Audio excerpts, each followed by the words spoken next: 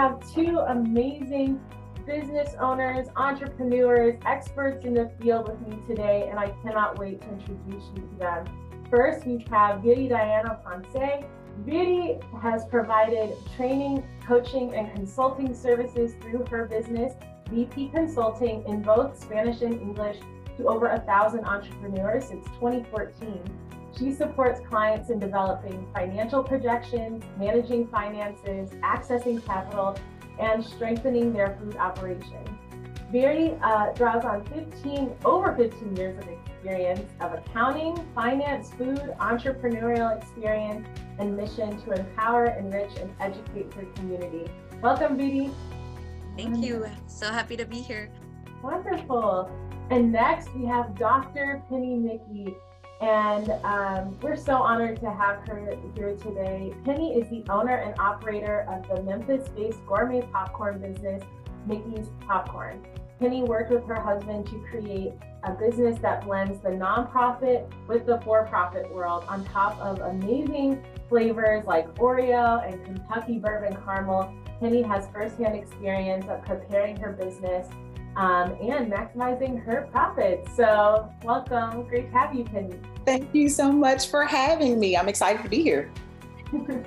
Yay, okay, we've got so much to cover, so I am gonna get right into it. And Vidi, I'd love to start with you.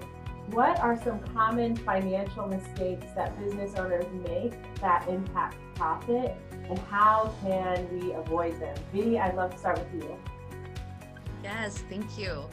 So a couple of things that I see that are really common is that people will set prices just based on competition.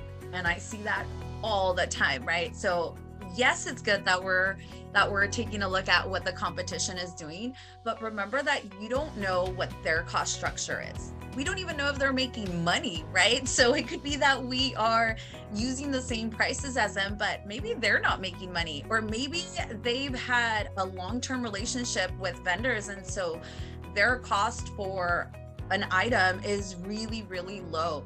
So I would say, yes, it's part of you developing your pricing strategy. And yes, we need to understand what the competition is doing, but it takes a little bit more than that, right? It's really about understanding your cost, understanding who your clients are, right? Like Dr. Penny was saying, like really understanding like what are they looking for? What's going to motivate them to purchase, right? And so I would say, like, I would really caution with like, don't only go with that strategy. And with that said, something that I see a lot as well is that people underprice their products and their services.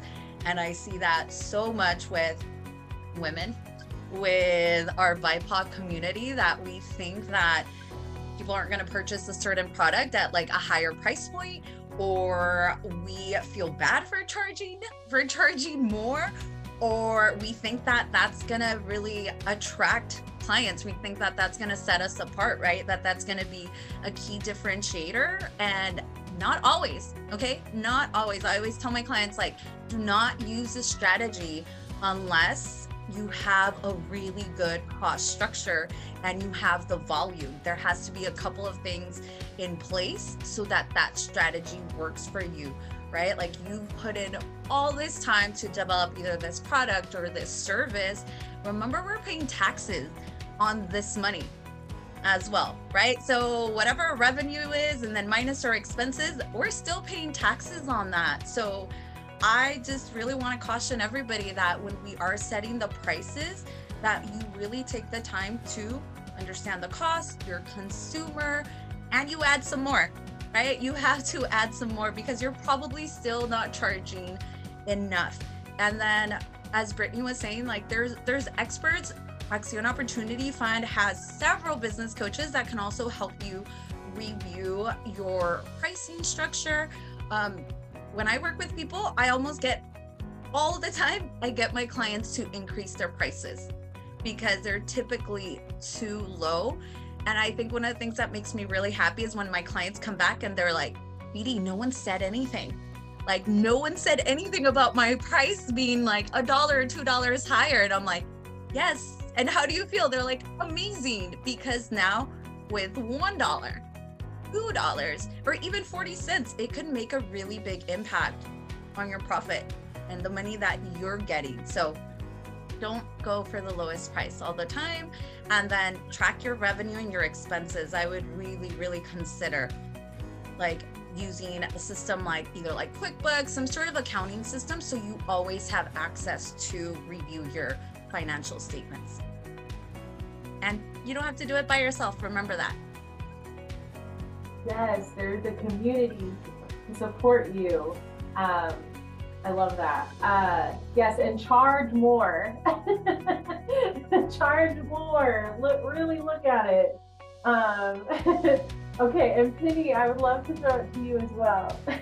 I think for us, definitely for folks, as you're launching any kind of new product, making sure that you do your research and avoid mistakes that make you have any kind of do-overs. I know for us, it was like a really small mistake, but there was a mistake on our new packaging.